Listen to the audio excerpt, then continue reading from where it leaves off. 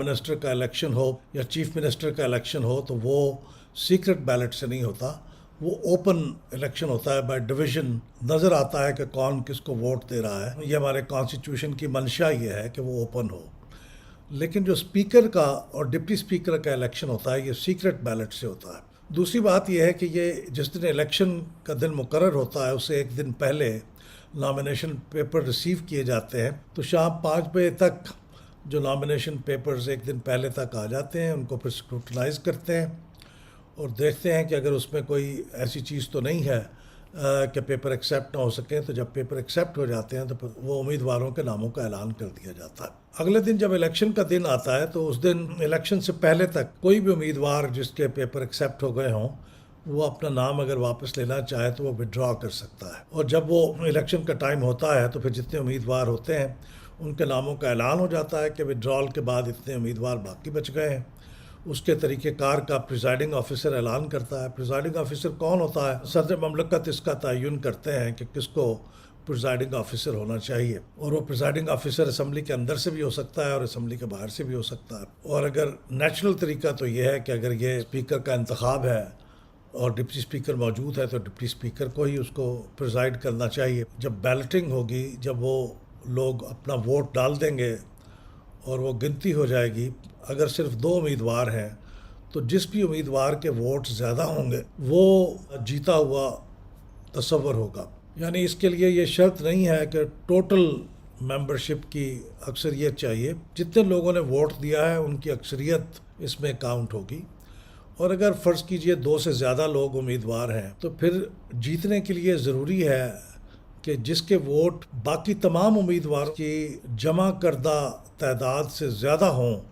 وہ جیتے گا۔ اگر فرض کریں کوئی ایسا بندہ نہیں ہے، 3-4 لوگ ہیں اور وہ 3 لوگوں میں سے جو 2 لوگوں کے ووٹ ہیں ان کا ٹوٹل، اگر ایک امیدوار جس کے سب سے زیادہ ووٹ ہیں وہ ٹوٹل اس سے زیادہ ہے، تو اس کا مطلب ہے کہ سب سے زیادہ ووٹ والا جو شخص ہے اس کے پاس ایگریگیٹ سے زیادہ کی تعداد نہیں ہے، تو پھر وہ دوبارہ یہ عمل دہرایا جائے گا اور جو سب سے کم جس نے ووٹ لیے ہوں گے اس کو اگلے راؤنڈ سے باہر کر دیا جائے گا۔ تو جو لوگ پھر باقی بچے ہوں گے ان کے درمیان الیکشن ہوگا، اور اس میں پھر اگر جس کے ووٹ زیادہ ہوں اور اس نے باقی تمام امیدواروں کے ووٹوں کے ٹوٹل سے زیادہ ووٹ حاصل کیے ہوں تو پھر وہ جیت جائے گا۔ لیکن اگر پھر بھی وہ باقی لوگوں کے ووٹوں سے زیادہ تعداد میں ووٹ نہیں لے سکتا تو پھر جس کے سب سے کم ووٹ ہوں گے انہیں بھی ایلیمنیٹ کر دیا جائے گا، اور یوں یہ کارروائی چلتی رہے گی حتیٰ کہ ایک امیدوار کے ووٹ باقی امیدواروں سے زیادہ ووٹ اسے مل جائیں تو پھر اس موقع پہ وہ جیتا ہوا تصور ہوگا۔ اگر کہیں 2 امیدوار ہوں اور دونوں کے ووٹ برابر ہو جائیں تو اس صورت میں جو پریزائڈنگ آفیسر ہیں ان کا کاسٹنگ ووٹ ہوتا ہے، اگر وہ پریزائڈنگ آفیسر اس کا الیکٹڈ ممبر ہے تو اگر پریزائڈنگ آفیسر کہیں باہر سے آیا تو پھر اس کا ایک دوسرا طریقہ اختیار کیا جائے گا جیتے ہوئے شخص کے تعین کرنے کے لیے۔ تو یہ ایک طریقہ کار ہے جس کے ذریعے سے اسپیکر کا انتخاب ہوتا ہے اور ڈپٹی اسپیکر کا بھی اسی طریقے سے ہوتا ہے۔ لیکن اگر ان کو ہٹانا مقصود ہو اس کے لیے بالآخر جس دن ووٹنگ ہوگی اس دن یہ ووٹنگ میں لازمی ہوگا کہ ٹوٹل ممبرشپ کی اکثریت ان کے خلاف ووٹ ڈالے۔ یعنی اگر پنجاب اسمبلی کی بات ہو رہی ہے تو یہاں پہ کم از کم 186 ووٹس چاہیے، جو ٹوٹل ممبرشپ 371 کا ہاف سے زیادہ ہے، تو اس صورت میں ان کو ہٹانے کی تحریک کامیاب ہو سکے گی۔ لیکن ہٹانے کے لیے اس کا طریقہ کار ہے، اس کے لیے ایک نوٹس دینا پڑتا ہے ایک ریزولوشن کا، پھر وہ ریزولوشن 7 دن کے بعد اس کے اوپر کارروائی شروع ہوتی ہے اور لوگوں کو کہا جاتا ہے کہ یہ موو کریں، اجازت لیں ہاؤس سے کہ آپ اسپیکر کے خلاف جو تحریک ہے وہ پیش کر سکتے ہیں یا نہیں۔ تو اس کے لیے پہلا مرحلہ تو اجازت کا ہوتا ہے۔ اجازت کے لیے کم از کم ٹوٹل ممبرشپ کی ایک چوتھائی تعداد کی حمایت ضروری ہے۔ یعنی 371 اگر پنجاب اسمبلی کے ممبر ہیں تو 93 لوگوں کا کھڑے ہو کے اعلان کرنا کہ وہ اجازت دیتے ہیں کہ یہ تحریک پیش کی جا سکے،